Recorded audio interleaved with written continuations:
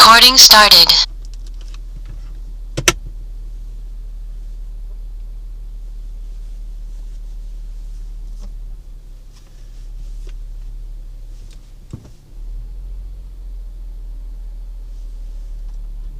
Learn more at pega.com/government. Good morning, it's 6:08. The things you don't see make a big difference. LongRoofing.com. Traffic and weather on the 8s and when it breaks. All right, in Maryland, 270 southbound. Got a little bit of a delay getting into Urbana, headed down toward 109, then getting slower in Germantown. By the time you get to Montgomery Village Avenue, you're good. Go down through Rockville toward the lane divide. Southbound after 118, that crash was along the right side of the roadway, causing your delay in Germantown. Montrose Road West, before you get to 270 near Tower Oaks Boulevard, we'd had a reported crash. New Hampshire Avenue near Eastern Avenue, that was a reported accident. On Pennsylvania Avenue, northbound, just before the Beltway, one broken down, stay right to get by. Now you will find the outer loop of the Beltway slower, 95 over toward George Avenue. Pace passing Connecticut Avenue improves. If you're headed up onto northbound 270 toward Old Georgetown Road, there is accident activity on that ramp, blocking the left lane, through lanes for the Beltway unaffected. You are going to find we're getting a little bit heavier south of town on the inner loop now, near 210, headed down toward the Wilson Bridge. Good to go early in Virginia. A couple hiccups, but on the interstates, 66 is slow in Manassas east towards Centerville, then again heavy at 50. Rest of the route into Roslyn, good. 95 northbound, you are slow. Dale City headed toward Lorton. 395, little delay in Landmark, Edsel Road to Seminary, and you'll slow top end up near Boundary Channel Drive at 14. The investigation ongoing. Thought at 6 o'clock they'd reopen the southbound lanes of Reston Parkway. They're closed between Bennington Woods Road and Barron Cameron Avenue. This was the end of a police chase and continued investigation around the police activity. Northbound travel lanes, though, are unaffected. In the district, South Capitol Street between Chesapeake Street and Atlantic Southeast, we've got a new reported crash. WTOP reporters are driven by Fitzgerald Auto Mall. When it comes to Takata airbags, don't risk it, fix it. Visit Fitzgerald Toyota Gaithersburg. Transparency and trust. That's the Fitzway. Jack Taylor, WTOP Traffic. We're going to hold on to a good deal of cloud coverage today. A chance of some light rain or sprinkles throughout today, but much for our day will be dry. We'll see highs in the mid to upper 40s. High pressure will build in tonight. Skies will start to clear, but it will be breezy and cold. Hours upper 20s to mid 30s. It will be breezy and chilly on Thursday. Highs on Thursday, mid to upper 40s, and wind chills will stay in the 30s throughout the day. Friday, partly to mostly cloudy. A few light showers are possible. Highs from 45 to 50. Good deal of sunshine on Saturday, but it's going to be breezy and cold. Highs only upper 30s to lower 40s. I'm Storm Peak 4 meteorologist Mike Stiniford. Right now, 34 degrees in Friendship Heights. And it's 6:10 now. It's an annual tradition that kicks off the Christmas spirit on the National Mall, the National Christmas Tree Lighting.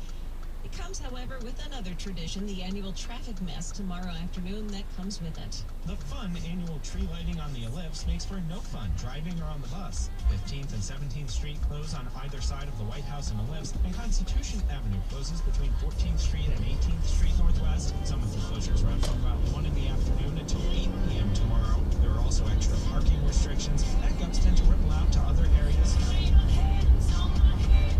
Performers this year include Jesse James Decker, Colton Dixon, the Air Force's rock band Max Impact, and the United States Marine Band. Max Smith, WTOP News. Charles Dickens created a holiday staple in the humbug Ebenezer Scrooge.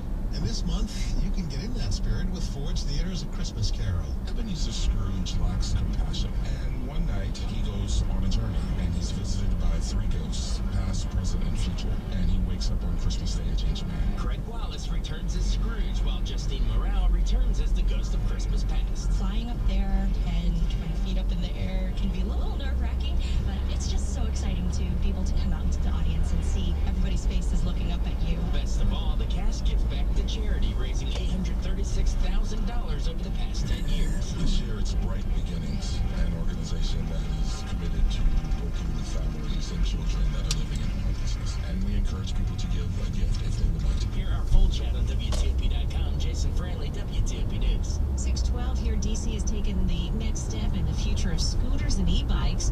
DDOT selected Jump, which is owned by Uber, as well as Lyft, Skip, and Spin to deploy up to 2,500 scooters each beginning January 1st. Also, Jump and Hellbiz have been issued permits to operate a total of 5,000 e-bikes in the district. The city aims to improve the scooter and bike programs by limiting permits, increasing fleets, and expanding options in underserved areas. Any room for us on the sidewalk? Maybe. Ghost guns becoming more prevalent across the country because they are untraceable since they're built from readily available parts without serial numbers. Well, now a major distributor of them in this area is going to prison. He's 36-year-old Charlie Kessler of the Four Corners area of Montgomery County. He pleaded guilty to drug charges and selling these ghost guns, sometimes at gas stations. He got 40 years, but will serve only 9 years. Who was he selling to? Investigators say drug users and dealers, robbers, and gang members. What kind of weapons are we talking about? Assault-type weapons and handguns. State's Attorney John McCarthy says now our region has one less source for illegal guns. Kyle Cooper, WTOP News. One person is dead after a shooting inside a liquor store in Seat Pleasant, across from the Addison Road Seat Pleasant Metro Station. Police were called just after 4:30 yesterday afternoon to respond to Sky Blue Liquors on Central Avenue. Seat Pleasant Police Chief Devin Martin says it looks like 2 people were fighting in the store before a male victim was shot once in the upper torso. Investigators think the suspect fled on foot and may have gotten on Metro. Global carbon pollution continues to rise, but it's not increasing as fast as the previous couple of years. A new study from the Global Carbon Project finds carbon dioxide emissions worldwide increased 0.6% from 2018 to 2019. Scientists say that's bad, but not terrible news. The U.S. and Europe cut emissions, but China and India polluted more. Coming up on WTOP. A Howard University student's decision 2 years ago has life-saving potential. I'm Kate Ryan. It's 6:14. Before going to Greenbrook TMS Therapy Center, or as I like to refer to it as magnets, I didn't want to leave the bed. I lived in a sad fog. It's like I wear a mask every day in order to cope. But now, I no longer have to hide behind a mask. Greenbrook TMS has completely changed my life. They took care of all the insurance stuff so that I could focus on getting better. The preceding announcement was an account by a real Greenbrook TMS patient. See if TMS therapy is right for you. Go to greenbrooktms.com. There's a chill in your bones. Your furnace is in danger of breakdown when you least expect it. Thanks for coming so fast. Something's wrong with my furnace. Michael & Son's 21-point tune-up will make your furnace blow stronger and warmer, and it's just $59. $59? Sounds impossible. It's what we do, ma'am. We do furnace tune-ups the right way. Get your $59 furnace tune-up from Michael & Son. If you can, we can. Michael & Son. Sports at 15 and 45. Powered by... Technology decisions aren't black and white. Think red. 6:15 over to Dave Johnson. Well, extra credit if he did, but you really didn't have to stay up that late for the Capitals game last night. Capitals 5-2 win over the San Jose Sharks. They scored 3 goals late in the first period, and that pretty much settled the game.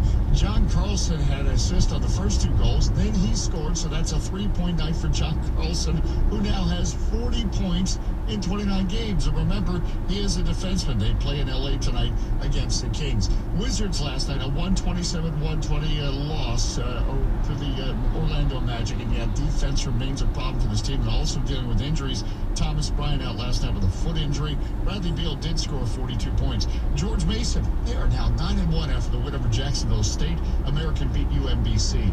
Hey, the Military Bowl DC Touchdown Club Player of the Week is sponsored by the St. James, and this week's honors go to Northwest running back Johnny Terry. Now, Terry had a strong postseason performance this week, finishing with 22 carries, 180 yards, 2 touchdowns. In the team's big win over Quince Orchard, the 22-13 victory secured Northwest's place in the Maryland 4A state championship game. Now, Terry and his Northwest teammates, that's great, will play Wise High School this Friday at Navy Marine Corps Memorial Stadium in Annapolis, about 5 minutes from my house. You can come over for lunch if you like.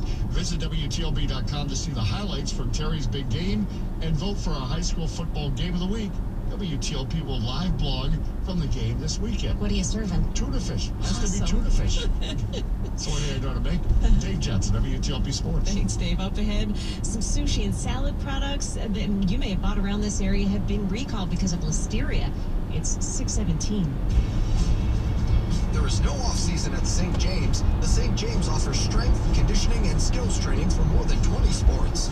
From lacrosse and squash to dance and water polo, the St. James has expert instructors and state-of-the-art venues where athletes of all abilities stay in game shape.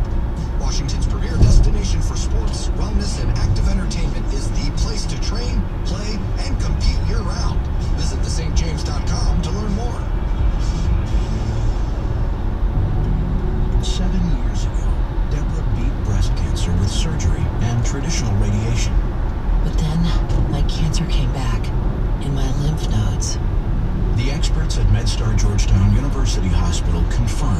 his diagnosis and arranged for her to receive proton therapy, one of the latest breakthroughs in cancer treatment. I searched online and learned that proton therapy precisely targets only the tumor. It spares healthy tissue and has fewer side effects compared to traditional radiation.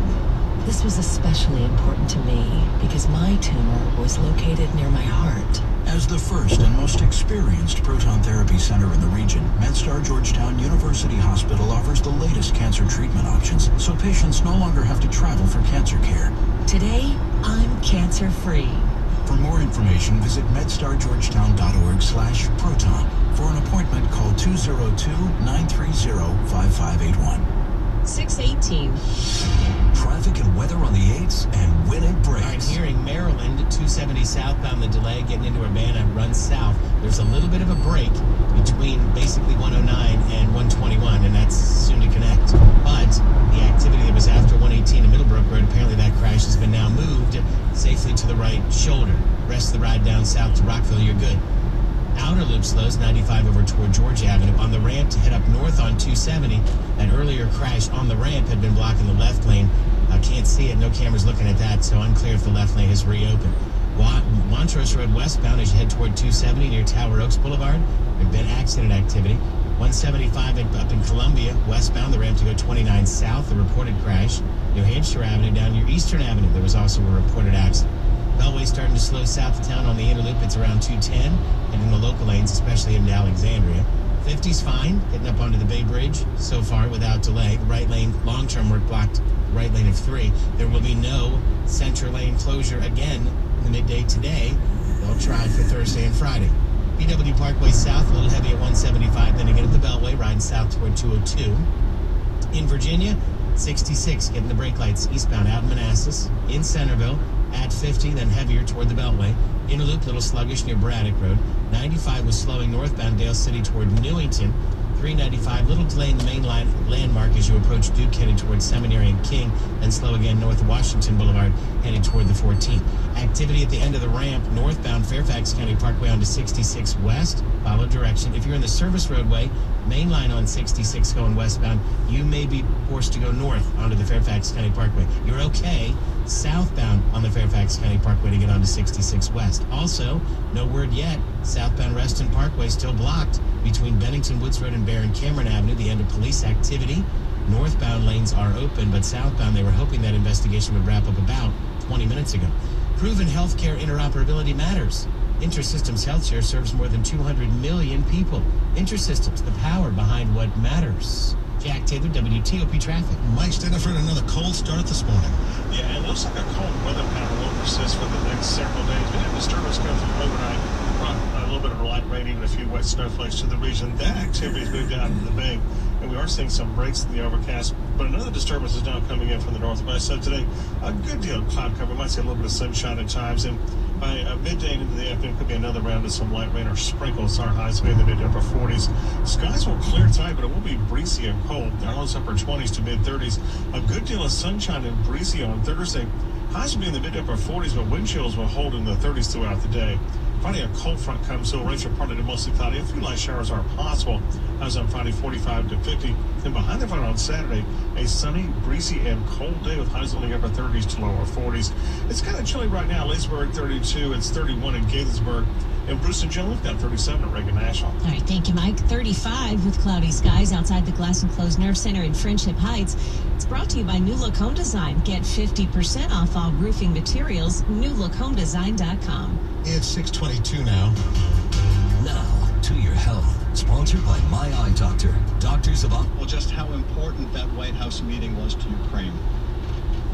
Ukraine has a new reformer as its president, President Zelensky.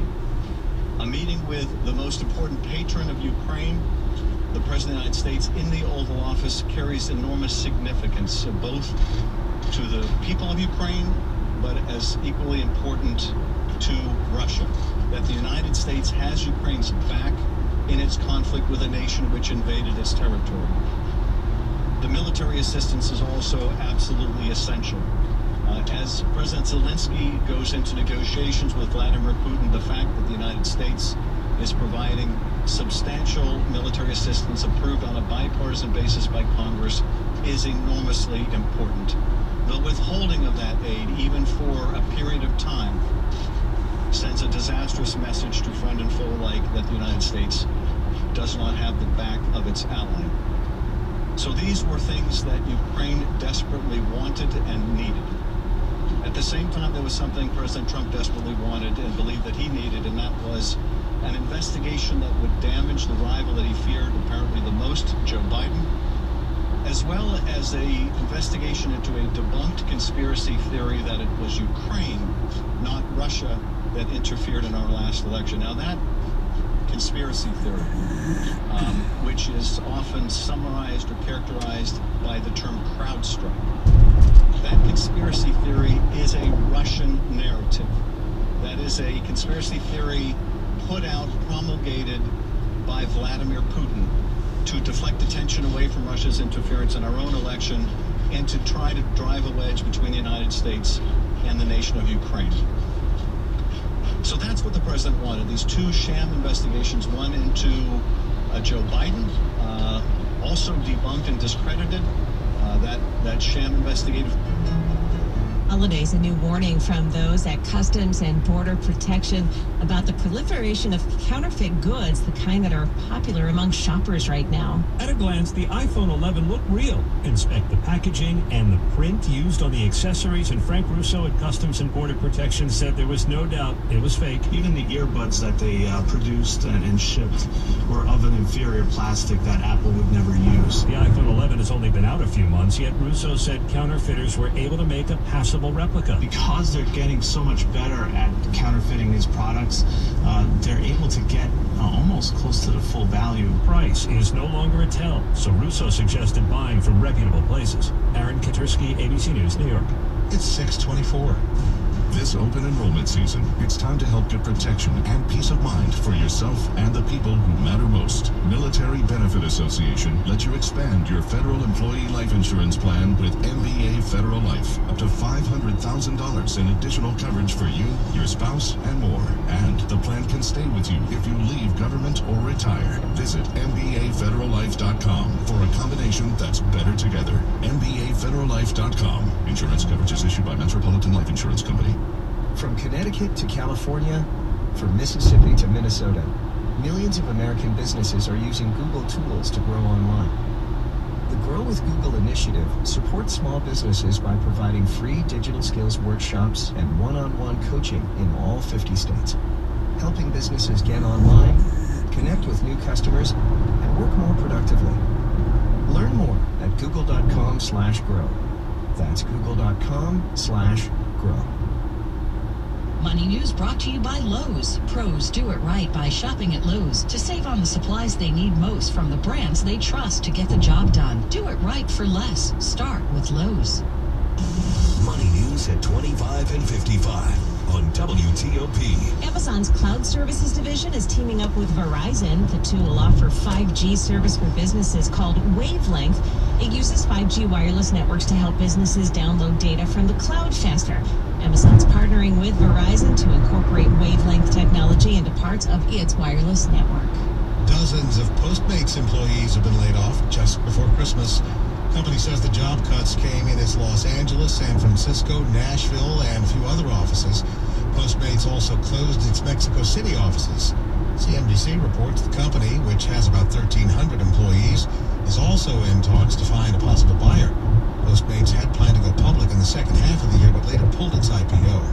Coming up, the House Judiciary Committee gets the House Intelligence Committee's report at 6:26. Another business success story from Burke and Herbert Bank. It's better. Pinecrest School is a vibrant and diverse community of students and families in Annandale, Virginia, providing challenging, fun, hands-on learning opportunities for children in preschool through 6th grade. Our inclusive environment helps children become engaged, confident, and aware of the world around them. Like every organization, Pinecrest needs to be smart about their finances, too. That's why they switched to Burke and Herbert Bank. Now they have better tools to control their payables and receivables, and a business banker who knows them, understands their needs, and responds to them quickly. And thanks to their easy-to-use News mobile banking app, we can make mobile deposits right from our office, helping us manage our cash flow efficiently, too. What a difference. Doesn't your business deserve great service? At Burke & Herbert Bank, you'll find smart banking, affordable credit, and cash management services designed specifically for local businesses like yours. And you'll work with can-do bankers who come through for you time and time again. Switch to Burke & Herbert Bank. It's better, at your service since 1852. Member FDIC. Good morning, it's 6:28. Traffic and weather on the 8s and when it breaks. Delays continue to build. Maryland, 270 southbound, getting into Urbana, riding south toward Germantown. There's activity after 118 and Middlebrook Road pushed off onto the shoulder. Rest of the trip south, you're good to the lane divide for now. Topside outer loop filling in quickly from 95 over to George Avenue. That fender bender on the outer loop near the ramp to go north on 270, hopefully cleared off that ramp lane. It was blocking the left side, otherwise everything was off in the Gore area. 175 up in Columbia, the westbound ramp to go south on 29. There had been a reported accident. On Montrose Road, headed westbound, approaching 270 near Tower Oaks Boulevard, there had been a crash. You'll also find I-70 going east, leaving Woodbine, but headed toward the exit for Westminster between exits 73 and 76. That's the reported crash. New Hampshire Avenue down near Eastern Avenue, also been a reported accident. Beltway slow down south of town, inner loop now after St. Barnabas Road, slowly down toward the Wilson Bridge. In Virginia, we're quiet on the Greenway and the Toll Road East, headed toward the Beltway. 66 slows out of Gainesville into Manassas. Heavy continuing into Centerville. Slow again at 50. 95 northbound, a little crowded in Aquia. Slow, Dale City headed toward Woodbridge. We're also slow again getting into Lorton, riding toward Newington. 395, a little bit of a delay now around Edsel Road, headed north towards Seminary. North of King Street, your pace improves until you get to Washington Boulevard. Then you'll slow again up onto the 14th Street Bridge. The activity at the end of the ramp from the northbound Fairfax County Parkway onto 66 West, that has cleared. You will find the Reston Parkway southbound closed between Bennington Woods Road and Barron Cameron Avenue. Now, the right lane is getting by southbound on the Reston Parkway. The investigation is continuing. Northbound was not affected. In the district, southeast, South Capitol Street between Chesapeake Street and Atlantic Street, there had been a reported crash. Jack Taylor, WTOP Traffic. Partly to mostly cloudy today. The chance of some light rain or sprinkles. Highs mid to upper 40s. Clearing and cold tonight. Lows upper 20s to mid 30s. Sunny, breezy on Thursday. Highs mid to upper 40s. Could be a few light showers on Friday. Highs from 45 to 50. Lots of sunshine to start the weekend on Saturday, but breezy and cold. Highs around 40. I'm Storm Team 4 meteorologist Mike Stinneford. And we've got 35 with clouds outside the Glass and Close Nerve Center. From Richmond to Baltimore, from the Chesapeake to the Shenandoah, this is WTOP, Washington's top news, on air and online at WTOP.com. Good morning, I'm Bruce Allen. And I'm Joan Jones. We have Jocelyn Chesson at the editor's desk, and coming up, The House impeachment inquiry now in the hands of the Judiciary Committee. We'll go closer with Susan Page in just a moment. one more day of NATO meetings underway for President Trump right now. Key talks aim to get thousands of commutes back on a roll and prevent a second strike. I'm Max Smith. It's 6:31. The House Intelligence Committee has voted to send its impeachment report to the Judiciary Committee, and that's where the action begins today as the new phase of the impeachment inquiry begins at 10 o'clock this morning. We go deeper now with USA Today's Washington Bureau Chief Susan Page, who joins us now on Skype. And Susan, good morning to you. Thanks for being here. So, yes, good morning. Republicans issued their own dissenting conclusions. The committee's report is pretty clear about what it's accusing the president of doing. How will these two play out in the Judiciary Committee? You know, I think we're going to have members of the two parties who seem to be living on different planets. They have such different perspectives on this. Democrats are going to argue that the House Intelligence Committee has laid out a clear case of abuse of power, obstruction of justice, and obstruction of Congress. Republicans are going to talk about a process that they say has been unfair and make the argument that nothing has been done that warrants such a serious step as impeachment. There is some new information in the Intelligence Committee report, too, including previously unreported contacts between Rudy Giuliani, the White House, and Congressman Devin Nunes. You know, it's interesting. Much of this report is very familiar to people who watched those public hearings that the Intelligence Committee hosted. But what we didn't know was the evidence that the committee had gathered of these phone calls, these phone records that show Rudy Giuliani talking repeatedly to the White House, to the Office of Management and Budget, and to others. And it shows other figures, including Devin Nunes, who is, of course, the ranking Republican on the Intelligence Committee, involved in consultations at key moments during this Ukraine story. That's something that's going to get explored further. We're not going to know, I think, exactly what happened with all these phone calls at the moment. That was a surprising report. Also, it could involve Mick Mulvaney, the acting White House Chief of Staff. These phone calls also show calls to someone identified only as numeral 1. And we heard Adam Schiff, the chairman of the Intelligence Committee, say last night that he believes that the calls to number 1 were actually calls to President Trump. There is talk from some folks, anyway, that say censure is a measure that could be taken up in place of an impeachment. What are you hearing about that? You know, we saw President Trump reject that idea out of hand. I think that means congressional Republicans are likely to follow his lead on that. And for Democrats, too, Democrats believe that the actions that they've outlined amount to an impeachable offense. So while it might seem like a compromise to go with censure, it's a compromise that has partisans on neither side willing to embrace. Susan, thank you. Appreciate your help this morning. USA Today Washington Bureau Chief Susan Page. And again, you can watch or listen live to that hearing in the Judiciary Committee beginning at 10 o'clock this morning on WTOP.com.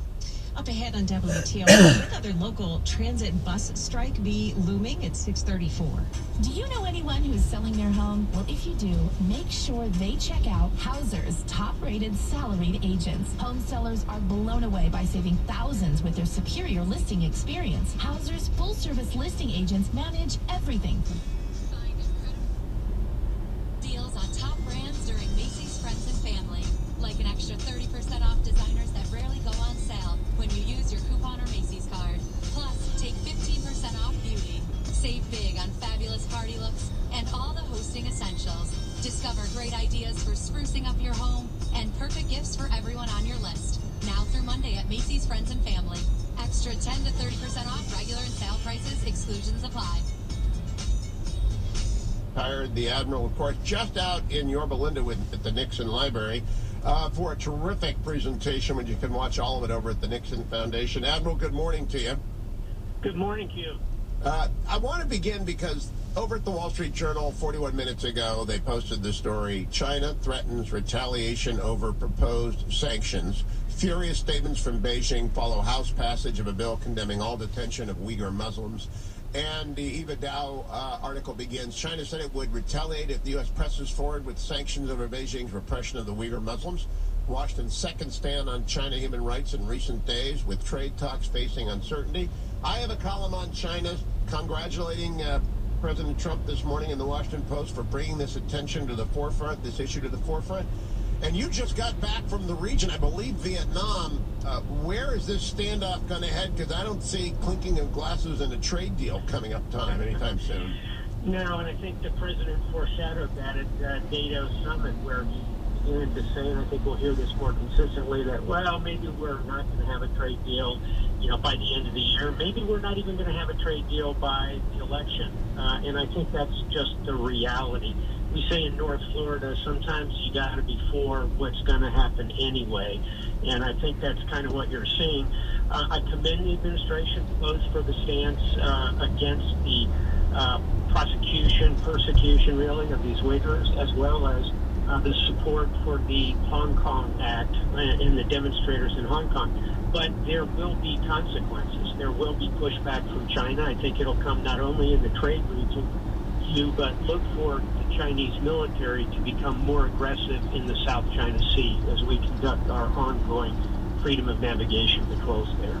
Now, Admiral, you and I have talked in the past about Silicon Valley selling whatever they can sell to the Chinese. I talk about this in the Washington Post column today. They viewed it as just another market, albeit an enormous market, but it's more than just another market. And when you sell facial recognition technology to General Secretary Xi, it's going to end up putting the Uyghurs into their concentration camps.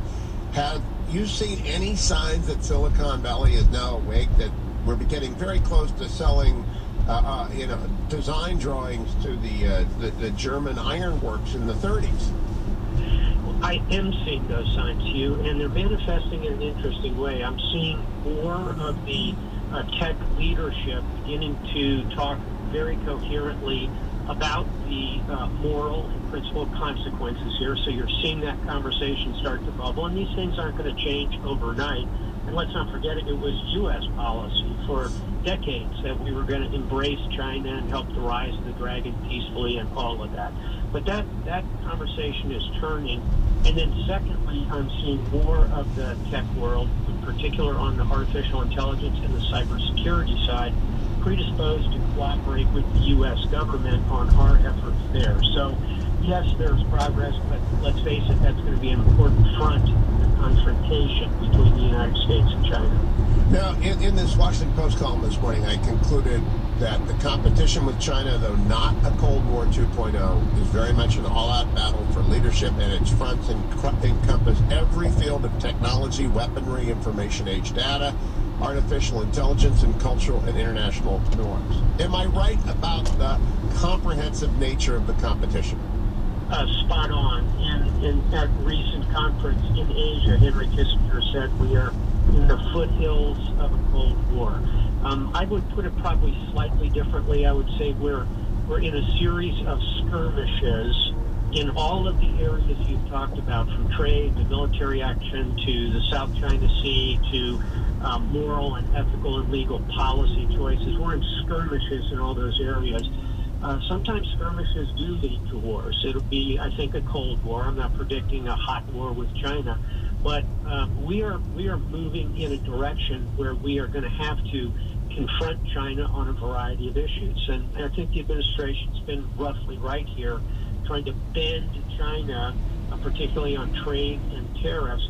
The key is we don't want to have this thing explode into not just a Cold War, Hugh, but a hot war. Not impossible. So we've got to work across all of the vectors you described in order to create strategy to deal with China. China also announced that no more port calls from American ships, which had been rather routine at Hong Kong. They can just go down the coast a little bit and put in at Vietnam. You are just back from Vietnam. And I went in February, and once I got over the April 30th, 1975 this and the April 30th, 1975 that, and the rhetoric that the guides who are accredited by the party have to or are obliged to tell every American they see, then they talked about how much they were worried about China. So what is that relationship significance to the competition? And I don't want to call it Cold War 2.0. Michael Pillsbury and others say don't go there yet. Just talk about the competition. So I listen to people who know what they're talking about. But how does Vietnam play into this? Vietnam is going to be crucial to the whole region. So just a couple of numbers. As you know, Vietnam has a population of 100 million people, average age 31.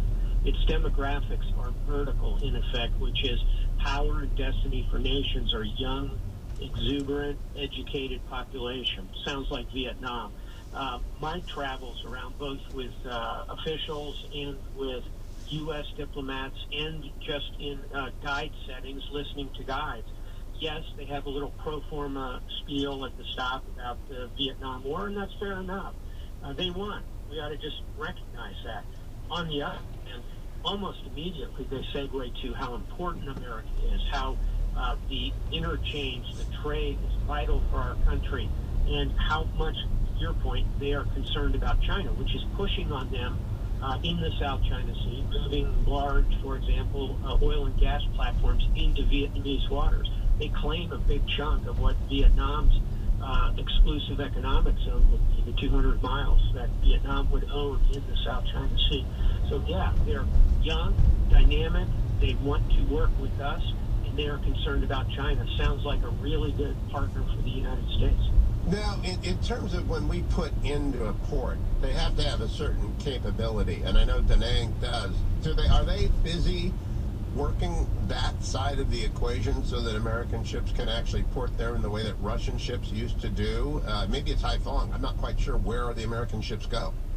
American ships can go into Haiphong. They can go into Da Nang, which is extremely well situated to take American ships up to cruiser size. You could anchor off in our big deck amphibs. It's very close to some gorgeous beaches. You know, everybody remembers the old TV show, right, Hugh? China Beach. That's Da Nang. And by the way, my father, Colonel George Stavridis, proud Colonel of Marines, was in command of the perimeter defenses of Da Nang in 67, 68. So for me to go back and walk on that China Beach and look at it, look at the pier they've constructed there and the possibility for U.S. not only warships, Hugh, but our cruise ships going in there. Big market and a great way for us to exercise soft power and kind of pull those Vietnamese in our direction. I think that's going to happen.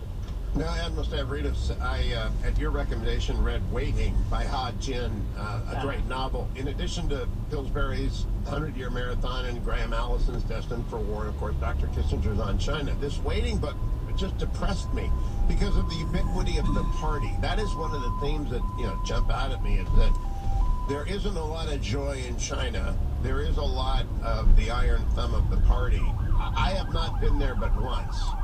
Is there any sign of what happened in the Soviet Union with glasnost, that the freedom and the economy inevitably spills over into the freedom outside of Hong Kong, where it's obviously vibrant and the elections are real, but anywhere on the interior? Not yet.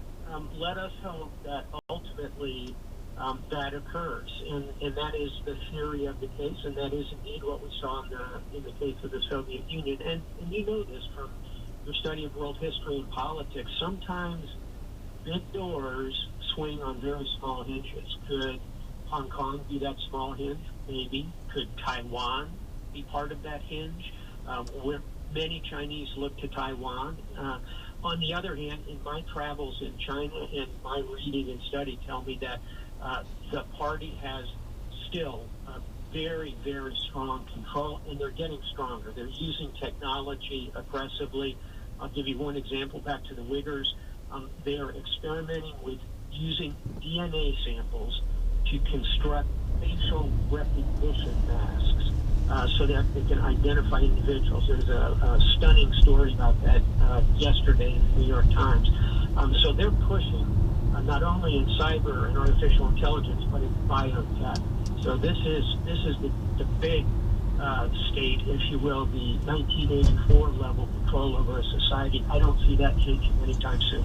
And the last question, yesterday or 2 days ago, Russia flipped the switch on their Siberian gas pipeline, which stretches from Siberia all the way into the heart of China, and you can walk through it with barely bending over. It's an enormous... I actually think China's played the Russia card on us in a reverse image of the 1950 us playing the China card on the Soviet Union. Do you agree? I do, and here's my advice for Vladimir Putin if he's listening this morning, which I think is unlikely. But my advice is be careful, Vladimir. Be careful who you let into your kitchen, which is an old Russian proverb, because China, Hugh, looks north at Siberia, this vast landmass, the size of the United States of America. Guess how many Russians live there? About 15 million. Population New York City. Think about the scale and scope of Siberia with nobody living there just north of China. And what is Siberia full of? It's not only oil and gas. It's fresh water, arable land, particularly as things get a little warmer, diamonds, rare earths, iron.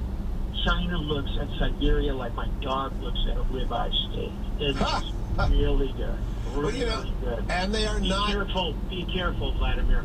They're not shy about asserting ancient claims, and the Han people did get tossed out of part of Siberia by the Russians, were they not? You got it. And so look for that play over time as this century unfolds. If I were Russia with a dwindling population, huge landmass, lots of resources, and a neighbor like China, I'd be a little concerned.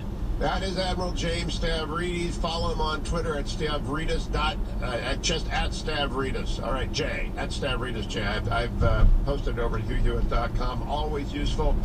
Best speaker we've had at the library in a very long time. I hope Justice Gorsuch isn't listening this morning, but the Admiral had slides, Justice. ReliefFactor.com is what I've got in front of you. Relief Factor. And one after the win over Jacksonville State. American beat UMBC, and impeachment sham has been going. While President Trump is in London meeting with our allies to strengthen NATO and to help and encourage other NATO allies to do more of their fair share, which they're doing because President Trump has encouraged them to actually step up and do more. That is being juxtaposed by this continued sham where they don't have any facts. They've yet to bring an impeachable offense. The things that haven't changed, by the way, are the fact that the only two participants in the phone call of question were Donald Trump and President Zelensky. Both said the call was fine. President Zelensky said there was never any pressure. And not only was there no quid pro quo, but Ukraine got the money. And ultimately, there was no push that they made for investigation into anything. And they've said that. The foreign minister said that. But they still drive on. You're hearing a lot of Democrats now trying to get out of this mess. During the break, you had a number of Democrats trying to break from Pelosi, saying that they should stop pursuing impeachment because they're hearing from people like we are that are saying, why isn't Congress, instead of focusing on this impeachment obsession that Pelosi has and her members have to reverse the 2016 election, why aren't they instead using this time and this majority to confront the problems that this country is facing? They could have bills on the floor to lower drug prices that would be signed into law already. But Pelosi won't bring that to the floor because of impeachment. USMCA could be the law of the land. We could have a better trade deal already with our neighbors from the north and south, Mexico and Canada, and create over 160,000 new jobs. But Pelosi won't bring that to the floor because of impeachment. Our troops could have the tools they need to train and fight safely, and we don't have that yet because Pelosi is obsessed with impeachment. There's a cost to what they're doing. There's a cost to our country. There's a cost to hardworking families that because Congress won't confront those problems, because Pelosi's obsessed with impeachment, it really does cost hardworking families across this country. Enough's enough. Let's get back to work, confront the problems that have bipartisan support that Congress is not doing because of Pelosi's obsession with impeachment. With that, I'll call up our Republican leader, Kevin McCarthy. Steve. Thank you for coming. I know this is a different time. We thought this time might work since Adam Schiff once again has a closed meeting and won't allow you into it or the American public to see what they want to vote on. So we thought we'd have something better to do with your time. We could talk about something. Even though Congress looks like they're divided, there is something that the Speaker has said just this year that I think unites the entire nation. What she said, I think almost everybody agrees with, exactly right here. Impeachment is so divisive to the country that unless there's something so compelling and overwhelming and bipartisan, I do not think we should go down the path because it divides the country. House Minority Leader Kevin McCarthy. I imagine most everybody in America believes that impeachment is so divisive. But if we were to do it, it has to be compelling, overwhelming, and bipartisan. Good morning to you. A rare show of bipartisan support for this legislation. Of course, it follows the bill supporting protesters in Hong Kong. What has been the reaction, if any, so far from Chinese officials? Well, Chinese officials have essentially indicated that they may take retaliatory measures against U.S. companies that they deem unreliable. That certainly, I think, is in keeping with what the kind of rhetoric we heard from Beijing after the passage of the Hong Kong legislation, which they also, had issues with. And so I think it's a clear example of Congress really, going around the president in some ways to weigh in on some of these issues that have an impact on U.S.-China relations and making things a bit more complicated for the Trump administration. To be clear, he's expected to sign this bill, right? That's right, and he also, same with the Hong Kong legislation. So it's not necessarily something that the Trump administration opposes per se. It's more that perhaps it's an issue that would be a little less awkward if it didn't come up right now. Is this going to be linked to the trade talks? Yeah, I think that's the concern, is that it's another complicating factor like the Hong Kong legislation. Now, that being said, we do have a story on the terminal now that indicates that, despite this and despite some of the heated rhetoric of the past 24 hours, namely Trump, talking about how a deal on China trade might have to wait until after the election, it sounds like progress behind the scenes is being made. And so I think it's important to stay tuned and see what could be done in terms of a phase one trade deal, which seems to be the more limited scope that the negotiators are pursuing right now. It seems like that is still moving forward behind the scenes. Yeah, we're getting whiplash from the day-to-day headlines of the trade front. Kathleen, also making news this morning, NATO The leaders gathering outside of London. It sounds like there's been a U-turn by one of the participants, namely one Donald Trump. That's right. So Donald Trump, spent the first 2-3 years of his presidency being one of NATO's biggest detractors. And now we're seeing, faced with Emmanuel Macron, the French president's criticism of NATO, as he described it as experiencing brain death. We're seeing Trump kind of pulling a U-turn here and essentially defending NATO, which is different from what we've heard from him in the past. And I think in some ways, it's important to regard that in the context of Emmanuel Macron, his profile in terms of a European leader is on the rise, particularly with Angela Merkel, the German chancellor's career, in its twilight. And so I think that in some ways this is Trump, positioning himself vis-a-vis the person that he sees as his chief rival in Europe, and that's a dynamic that I think bears watching going forward. Is he trying to immerse himself in foreign policy as a way to forget about the possible impeachment at home? Well, certainly this trip, the NATO summit this week, is well-timed in the sense that we know that the Judiciary panel is going to be launching its first hearing into impeachment today.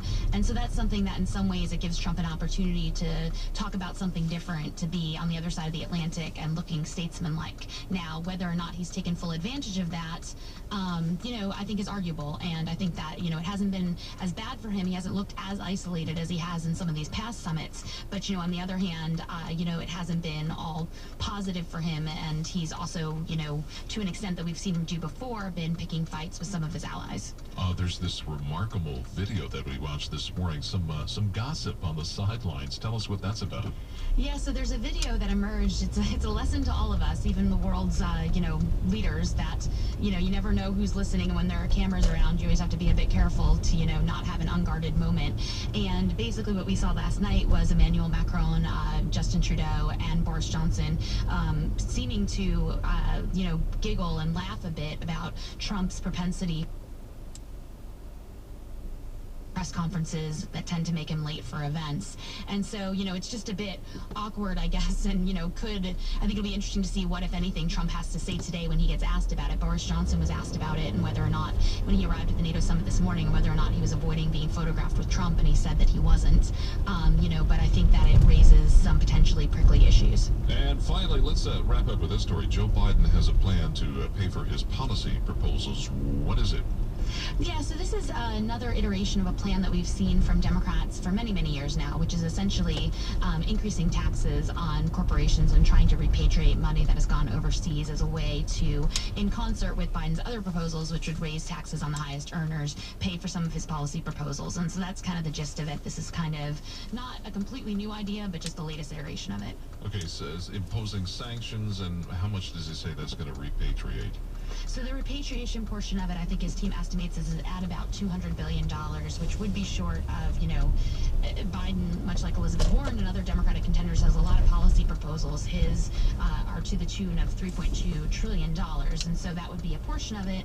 I think that, it also, much like with Elizabeth Warren's Medicare for All proposals, there are questions about whether Democrats are overpromising here in terms of what they're actually going to be able to get through and actually going to be able to generate the revenue for. But certainly that's what Biden is trying to address with these new proposals, is how he's going to raise the money to do what he wants to do. Kathleen.